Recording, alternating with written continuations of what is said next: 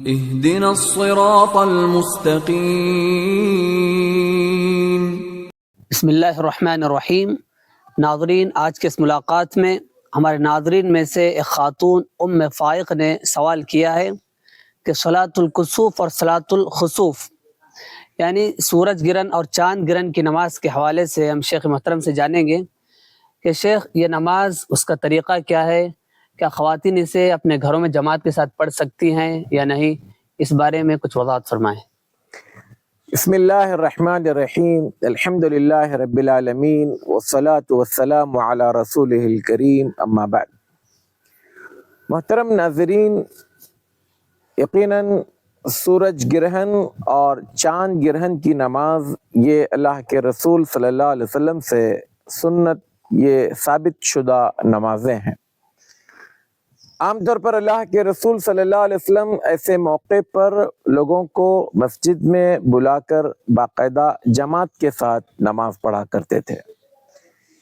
تو پہلے ہم جماعت کے ساتھ مسجد میں جو نماز پڑھی جاتی ہے اس کا جو طریقہ ہے ہم اس کو پہلے سنتے ہیں، اور اس سے متعلق جو سوالات ہیں، جزئی سوالات یا ضمنی سوالات، اس کے جوابات لیتے ہیں۔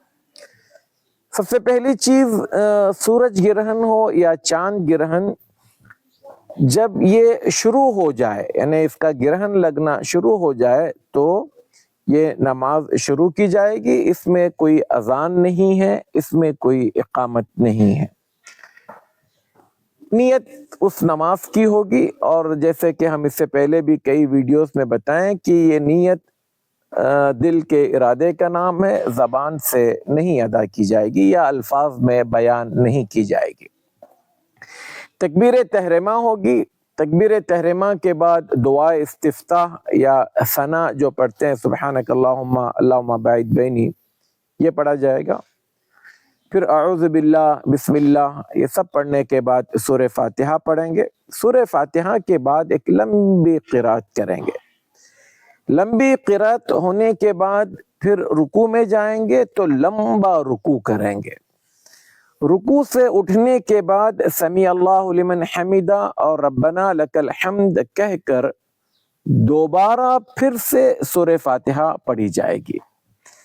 سورہ فاتحہ ہوگی، پھر قرات ہوگی، دوسری سورت پڑھی جائے گی، اور یہ جو پہلے رکوع کے بعد کا جو قیام ہے یا جو قرات ہے، وہ پہلے رکوع سے پہلے کی جو قرات اور قیام تھا اس سے تھوڑا کم ہونا چاہیے۔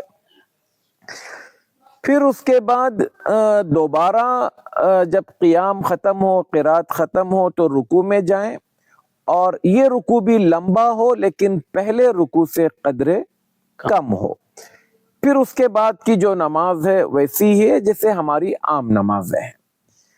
اب دوبارہ دوسرے سجدے کے بعد بندہ کھڑا ہوگا، اور پھر دوسری رکعت شروع ہوگی، تو دوسری رکعت میں بھی یہی سب کچھ ہوگا، یعنی پہلے سورہ فاتحہ پڑھی جائے گی، قیام ہوگا۔ اب یہ جو قیام ہوگا پہلی رکعت کے دوسرے قیام سے تھوڑا کم ہوگا جی، اور پھر اس کے بعد جو رکوع ہوگا تو پہلی رکعت کے جو 2 رکوع تھے ان سے تھوڑا کم ہوگا۔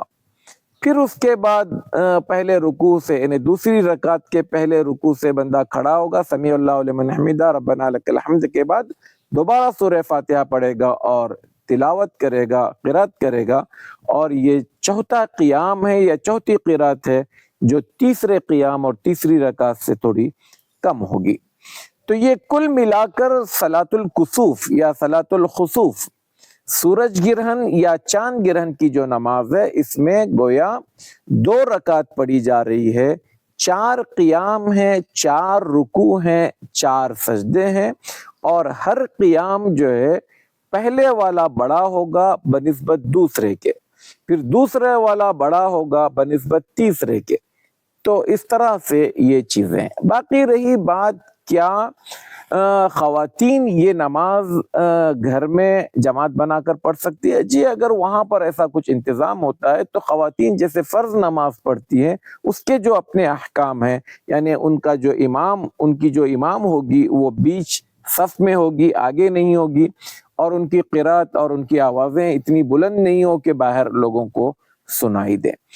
اور اگر کوئی بندہ مان لیجئے مسجد میں جا کر نماز نہیں پڑھ سکتا، اس کے ذمے کچھ کام ہے یا کوئی مسجد دور ہے، یا جیسے سورج چاند گرہن کا وقت جیسے ابھی رات میں بہت لیٹ ہے، جانے کی سہولت نہیں ہے، تو وہ انفرادی طور پر بھی پڑھ سکتا ہے۔ انفرادی طور پر پڑھنے میں بھی کوئی حرج نہیں، کیونکہ یہ ایک سنت نماز ہے۔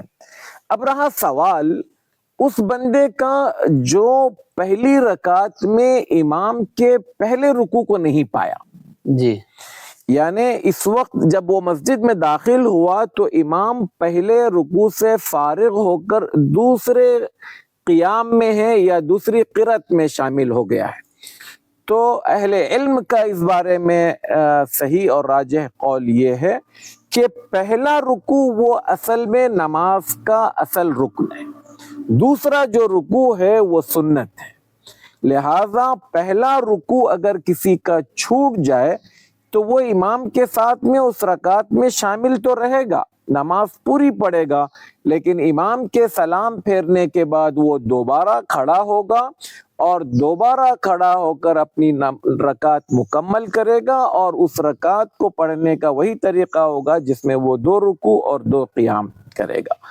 تو یہ صلاۃ الکسوف یا صلاۃ الخسوف، سورج گرہن اور چاند گرہن کی نماز کے حوالے سے مختصر سی وضاحت تھی، یا اس سے ضمناً جو مسائل تھے اس کی ہم نے وضاحت۔ اس میں صرف 2 رکعت ہی پڑھنا ہے یا اس سے زائد بھی پڑھ سکتے ہیں؟ اللہ کے رسول صلی اللہ علیہ وسلم سے جو چیز ثابت ہے وہ 2 رکعت ہی ہے، اور کوشش یہ ہونی چاہیے کہ جتنی دیر تک کا سورج گرہن یا جتنی دیر تک کا چاند گرہن ہے اتنی دیر تک بندہ پڑھے۔ اچھا، یہاں پر ایک سوال اور بھی آتا ہے کہ مان لے ایک بندہ نماز پڑھنا چاہتا تھا لیکن اس وقت پر وہ کہیں بزی تھا یا کچھ اس کے ذمے کچھ کام تھا، وہ نہیں پڑھ پایا، اب سورج گرہن یا چاند گرہن جو گرہن تھا وہ ختم ہو گیا، تو کیا وہ بعد میں اس کی قضا کرے گا؟ تو نہیں، وہ نماز سببی نماز ہے، یعنی سورج کو گرہن لگا ہوا ہے، چاند کو گرہن لگا ہوا ہے، اسی وقت میں یہ نماز ادا کی جا سکتی ہے۔ اس کا وقت اگر نکل جائے تو پھر یہ نماز پڑھنے کا اس کا کوئی ثبوت نہیں اور اس کی کوئی وجہ بھی نہیں بنتی۔